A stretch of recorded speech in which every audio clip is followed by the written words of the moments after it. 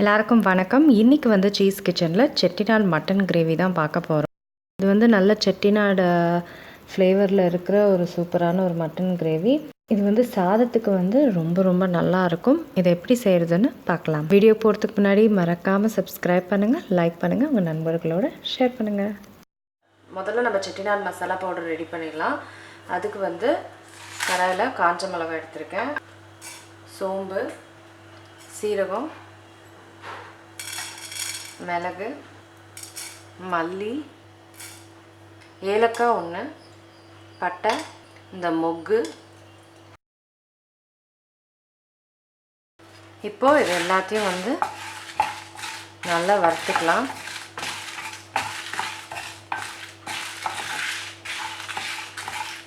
பார்த்து வறுக்கணும், தீச்சிடக்கூடாது. இதுதான் முக்கியமான மசாலாவே பவுட்ரு. இப்போ பார்த்திங்கன்னா நல்லா வறுப்பட்டுச்சு. அந்த சவுண்டும் பாருங்களேன், நல்லா கறக்கு முறக்குன்னு. இப்போ வந்து இதை நல்லா அரைச்சிக்க போகிறேன், நல்லா மையாக. கடாயில் எண்ணெய் போட்டுக்கிறேன், கொஞ்சம் நெய்யும் போட்டுக்கிறேன், கொஞ்சம் சோம்பு, ஏலக்காய், கிராம்பு, பட்டை,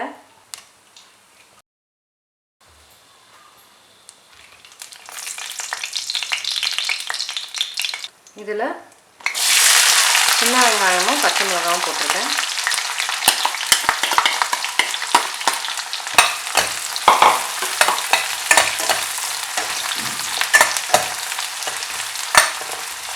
இது நல்லா ப்ரௌன் ஆகணும். வெங்காயம் நல்லா ஆயிடுச்சு. இஞ்சி பூண்டு விழுது போட்டுக்கிறேன்.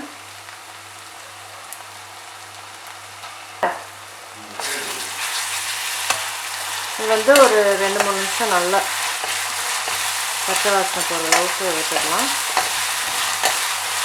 அடுத்தது வந்து தக்காளி போட்டுக்கிறேன். தக்காளியோட கல்லுப்பும் போட்டுக்கிறேன். தக்காளி வந்து நல்லா மசியணும். அதனால் ஒரு 5 நிமிஷம், இதுக்கு மட்டும்தான் ஒரு 5 நிமிஷம் எடுத்துக்கும். தக்காளி நல்லா ஆயிடுச்சு. வந்து நல்லா மசிச்சிடணும் தக்காளியை.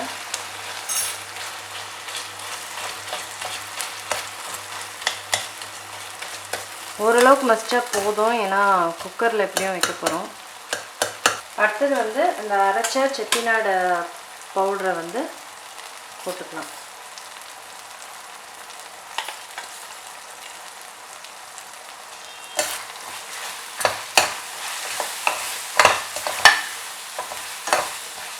இது வந்து தனியாக குக் பண்ணணும்னு அவசியம் இல்லை, ஏன்னா இதை குக் பண்ணி வறுத்து தான் வந்து நம்ம அரைச்சிருக்கோம். இது நல்லா மிக்ஸ் பண்ணிட்ட அப்புறம் மட்டன் பீசஸில் போட்டுடலாம்.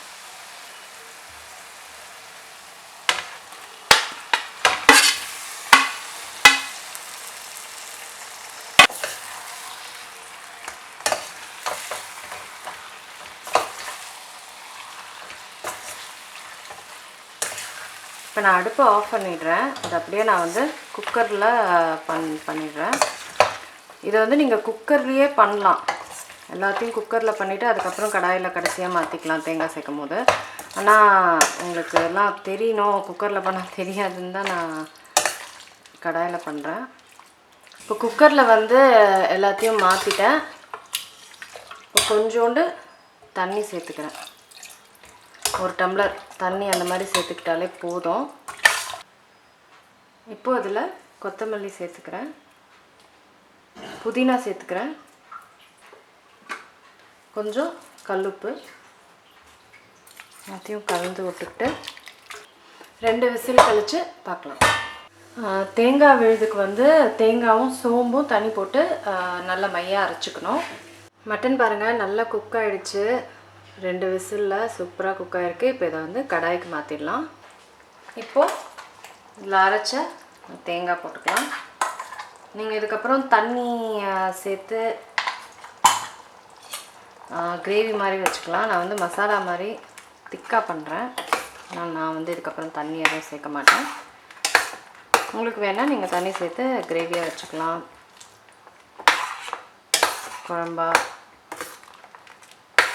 வச்சுக்கலாம். இப்போ இதை வந்து நான் நல்லா கொதிக்க விட போகிறேன். நல்லா திக்காகி எண்ணெய் பிரிஞ்சு வரணும். எப்படியும் ஒரு 10 நிமிஷம் மேலே ஆகிடும். இப்போ வந்து நீங்கள் டேஸ்ட் பார்த்துக்கலாம். காரம் ஏதாவது எக்ஸ்ட்ரா வேணுமா, உப்பு போடணுமா, அதெல்லாமே இப்போ பார்த்துக்கலாம். தேங்காய் போட்டுட்டு அப்புறம் பார்த்தா தான் நம்மளுக்கு தெரியும்.